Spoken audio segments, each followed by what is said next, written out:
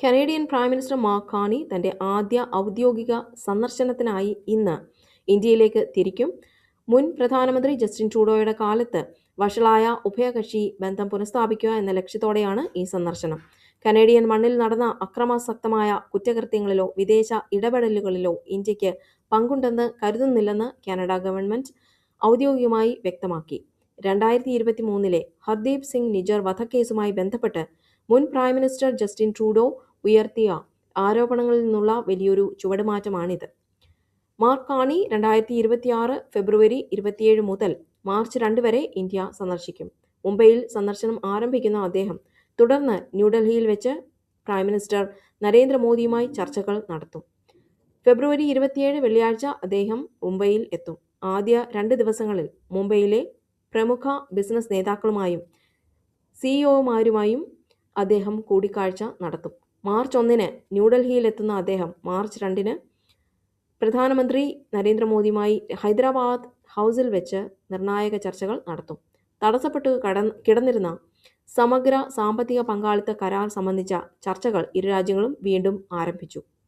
2030 ഉഭയകക്ഷി വ്യാപാരം $70 ബില്യൺ ഇരട്ടിയാക്കാനാണ് ലക്ഷ്യമിടുന്നത്. ഊർജം, പ്രത്യേകിച്ച് യുറേനിയം, ധാതുക്കൾ, ആണവ സഹകരണം, ആർട്ടിഫിഷ്യൽ ഇന്റലിജൻസ്, പ്രതിരോധം എന്നീ മേഖലകളിൽ പുതിയ കരാറുകൾ ഈ സന്ദർശനവേളയിൽ ഒപ്പിടുമെന്ന് പ്രതീക്ഷിക്കുന്നു. അമേരിക്കയുടെ പുതിയ നികുതി നയങ്ങളിൽ നിന്നുള്ള ആഘാതം കുറയ്ക്കാനും വ്യാപാരം വൈവിധ്യവൽക്കരിക്കാനും ഉള്ള ശ്രമത്തിന്റെ ഭാഗമായാണ് ഇന്ത്യയുമായുള്ള ഈ ബന്ധം അത്യാവശ്യമാണെന്ന് കാനഡയുടെ ഭരണകൂടം വിശ്വസിക്കുന്നു. കഴിഞ്ഞ 2 വർഷമായി നിലനിന്നിരുന്ന നയതന്ത്ര തർക്കങ്ങൾ അവസാനിപ്പിച്ച് ബന്ധം പഴയപടിയാക്കാൻ ഇരു രാജ്യങ്ങളും ആഗ്രഹിക്കുന്നു. ഇൻഡോ പസഫിക് പര്യടനത്തിന്റെ ഭാഗമായി ഇന്ത്യക്ക് ശേഷം അദ്ദേഹം ഓസ്ട്രേലിയ, ജപ്പാൻ എന്നീ രാജ്യങ്ങളും സന്ദർശിക്കും. നരേന്ദ്രമോദി ഇൻസ്റ്റഗ്രാമിൽ 100 ദശലക്ഷം ഫോളോവേഴ്സിനെ മറികടക്കുന്ന ലോകത്തിലെ ആദ്യത്തെ രാഷ്ട്രീയ നേതാവായി മാറി. ലോകമെമ്പാടുമുള്ള സജീവ രാഷ്ട്രീയ നേതാക്കളിൽ ഇൻസ്റ്റഗ്രാമിൽ 100 ദശലക്ഷം ഫോളോവേഴ്സ് ലഭിക്കുന്ന ഏക വ്യക്തിയാണ് പ്രധാനമന്ത്രി നരേന്ദ്രമോദി.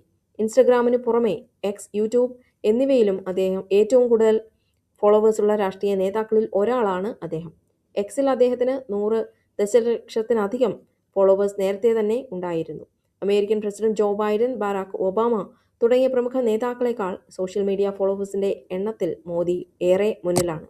യുവാക്കളുമായുള്ള അദ്ദേഹത്തിന്റെ ആശയവിനിമയവും ഔദ്യോഗിക പരിപാടികളുടെയും വ്യക്തിപരമായ നിമിഷങ്ങളുടെയും ചിത്രങ്ങൾ പതിവായി പങ്കുവയ്ക്കുന്നതും ഈ വലിയ ജനപ്രീതിക്ക് കാരണമായി വിലയിരുത്തപ്പെടുന്നു.